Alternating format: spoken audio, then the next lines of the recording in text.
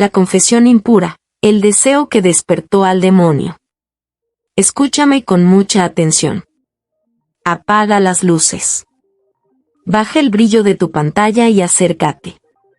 Lo que estás a punto de escuchar no es una leyenda urbana ni un cuento para asustar niños. Es un expediente prohibido, un secreto susurrado en los pasillos más oscuros y sellados del Vaticano, oculto bajo capas de mentiras institucionales y mármol frío. Nos han enseñado a temerle al demonio presentándolo como una bestia grotesca de cuernos y garras.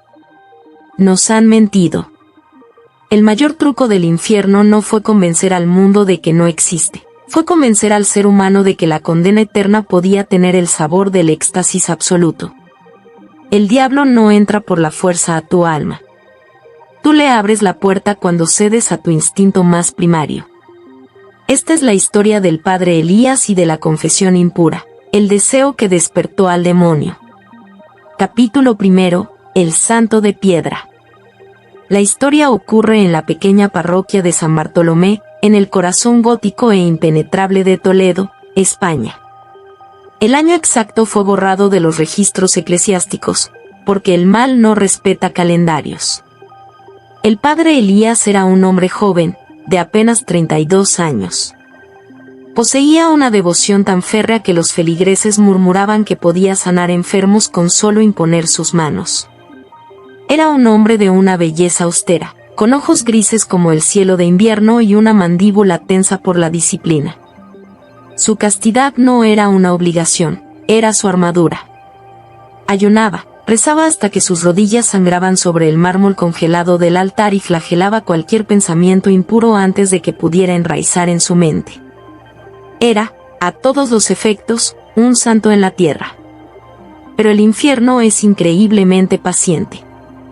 No ataca las fortalezas de frente, busca la grieta milimétrica en la muralla. Era una noche de noviembre. Una tormenta feroz azotaba los vitrales de la iglesia. El viento aullaba como legiones de almas en pena pidiendo entrada, y la lluvia golpeaba la piedra con furia. Elías estaba solo en su confesionario, envuelto en el sofocante y espeso olor a incienso, cera derretida y madera vieja. Estaba a punto de cerrar la parroquia cuando un sonido rompió la monotonía del aguacero. Tac, tac, tac. Eran pasos. Tacones finos resonando contra el suelo de la nave central. Un sonido desafiante, rítmico, completamente ajeno a la solemnidad y santidad del lugar. A través de la celosía de madera de su cubículo, el padre Elías percibió un cambio drástico en el aire.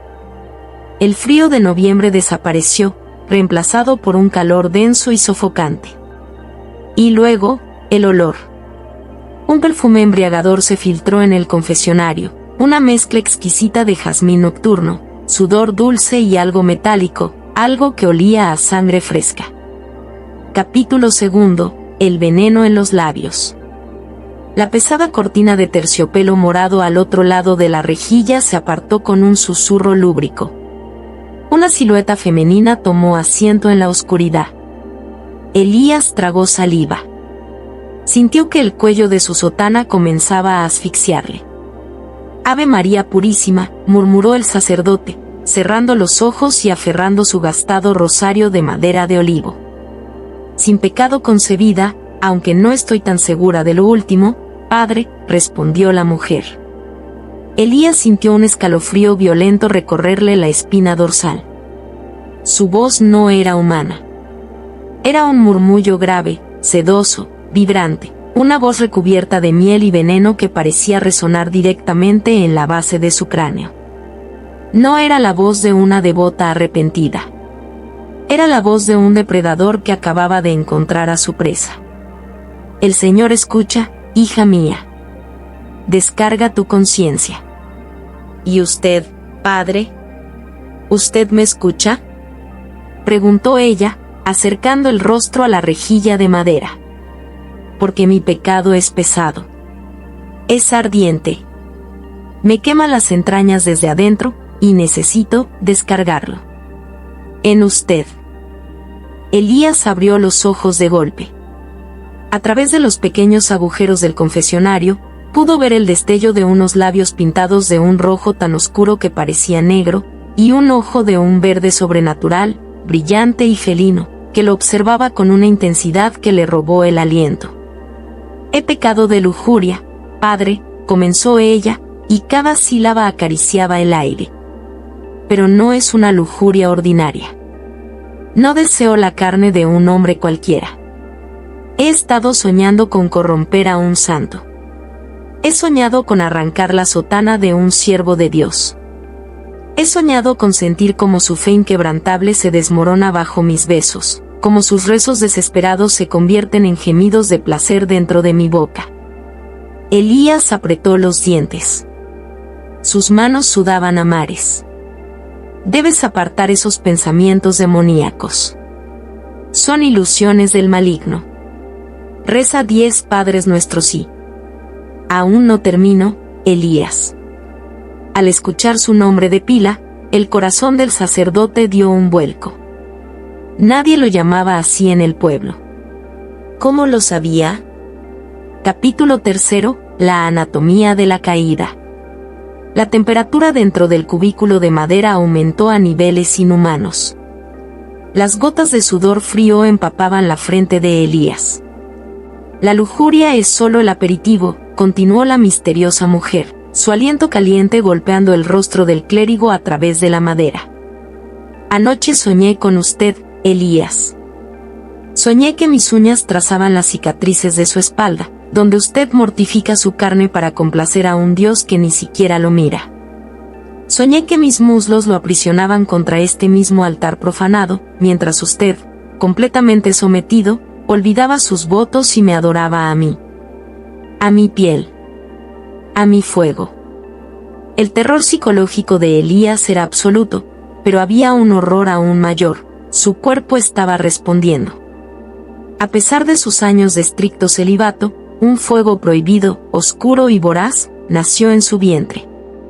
Intentó rezar mentalmente, invocar a San Miguel Arcángel, pero las palabras latinas se desintegraban en su mente, devoradas por las imágenes hiperrealistas y salvajemente eróticas que la mujer le estaba implantando en el cerebro con precisión quirúrgica. Ella continuó describiendo actos de una sexualidad tan explícita, tan perversa y blasfema, que desafiaban la resistencia humana. Hablaba de fluidos sagrados mezclados con la impureza de la carne, de hostias consagradas derretidas en sudor, de crucifijos que observaban en silencio mientras dos cuerpos se fundían en un éxtasis bestial e impío. Cada palabra era un martillazo directo al ataúd de su castidad. «Basta», ordenó Elías con voz ronca, temblando incontrolablemente. «Esto es un sacrilegio inaceptable. Te ordeno que te marches de esta casa de Dios. No me iré hasta que reciba mi penitencia, o hasta que usted reciba la suya», ronroneó ella. «¿Siente calor, Elías? ¿Siente cómo la sangre se agolpa en sus venas clamando por algo real? Quítese el alzacuellos. Le aprieta demasiado». Como si sus palabras fueran una orden hipnótica ineludible, las manos temblorosas de Elías subieron a su cuello y arrancaron el plástico blanco. La cabina de madera crujió. El rosario que aferraba con tanta fuerza latía en sus manos, caliente como carbón encendido, hasta que finalmente, el hilo se rompió. Las cuentas volaron en todas direcciones, golpeando las paredes como metralla espiritual. Capítulo 4. El ritual de la carne. De repente, la vela que iluminaba el confesionario parpadeó y su llama se tornó de un color violeta enfermizo. El olor a jazmín se pudrió en un instante, transformándose en el hedor inconfundible de azufre y carne calcinada. Elías intentó levantarse y empujar la puerta de su lado, pero el pestillo estaba sellado. Estaba atrapado en una jaula de madera con su propia perdición. «¿A dónde crees que vas, mi amor?», susurró la entidad. Y ahora su voz no era solo una. Eran decenas de voces superpuestas, llantos de recién nacidos, gemidos de mujeres en éxtasis y rugidos guturales del abismo. El ritual apenas comienza. A través de la rejilla, Elías vio cómo la piel perfecta de la mujer comenzaba a agrietarse como porcelana hirviendo. Debajo de su rostro humano, emergieron escamas de obsidiana negra y brillante. Sus ojos verdes se rasgaron verticalmente, revelando las pupilas de un reptil antiguo. Pero el verdadero golpe de gracia, lo que destruyó definitivamente la cordura del sacerdote, fue que la deseaba aún más. A pesar de su forma demoníaca, la lujuria en el cuerpo de Elías no desapareció por el terror, se multiplicó.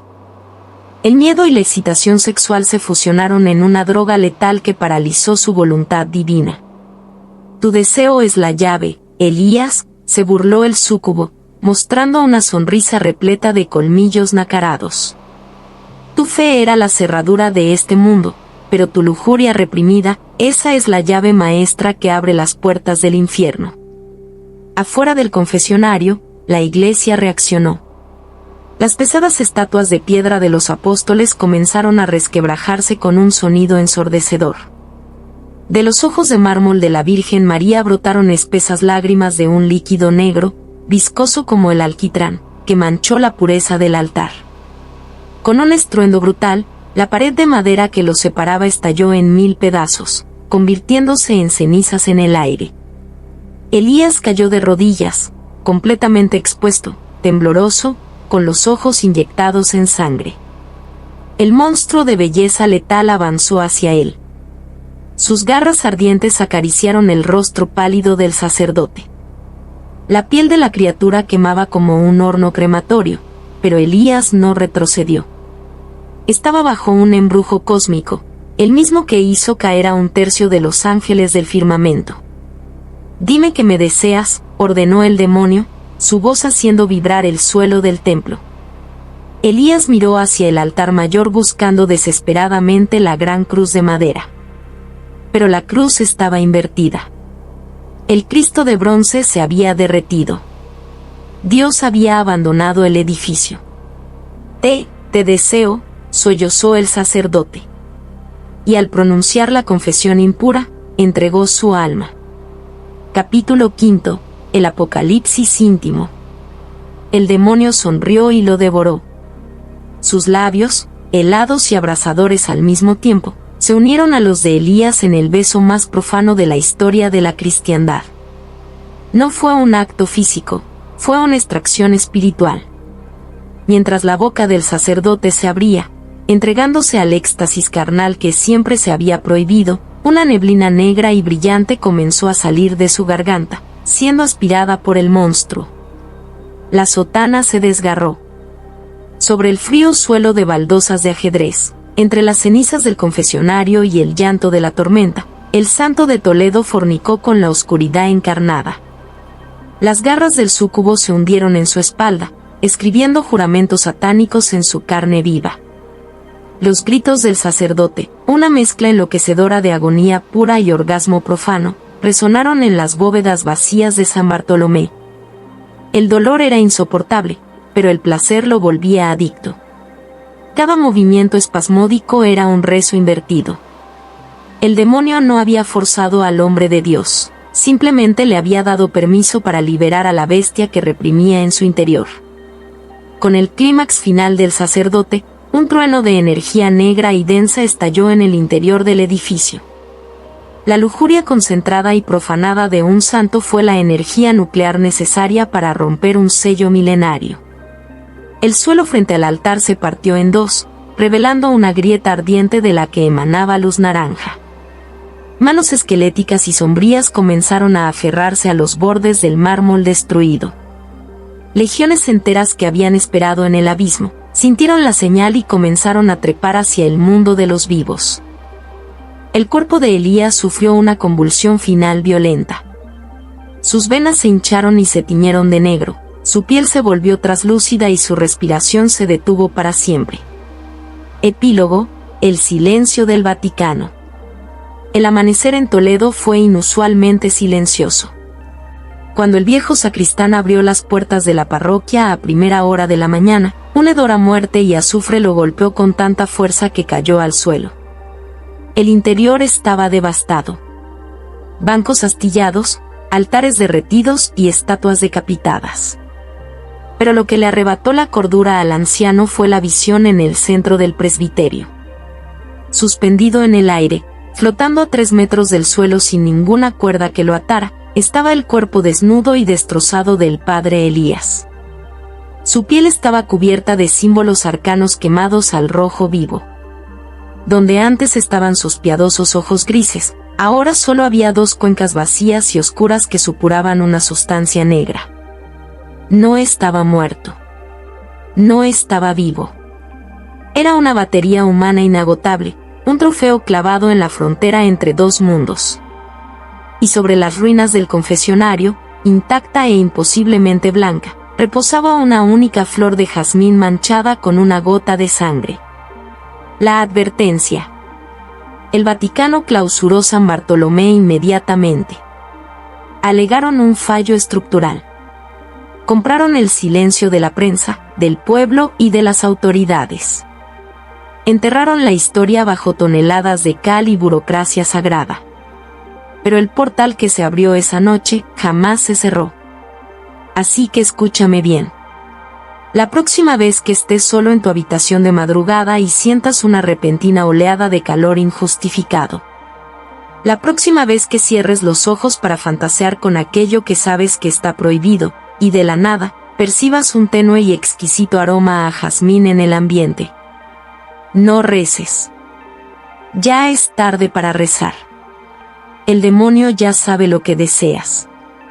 Y está a un suspiro de distancia, listo para dártelo, a cambio de todo.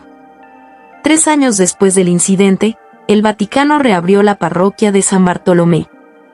El nuevo párroco, un hombre anciano y sordo a los rumores, comenzó a limpiar los escombros de lo que le dijeron fue un incendio accidental. Mientras barría cerca del altar restaurado, su escoba golpeó algo debajo de una losa suelta. Era una cuenta de madera de olivo. Un fragmento del rosario del padre Elías. El anciano se agachó, la recogió y la apretó en su puño. En ese preciso instante, un viento inusualmente cálido sopló dentro de la iglesia cerrada. El viejo sacerdote cerró los ojos, respiró hondo y sonrió. El aire, de repente, olía a jazmín nocturno y sangre fresca. Susurró a la cámara, ¿crees que tu fe te protege? Suscríbete, si quieres sobrevivir a la próxima noche.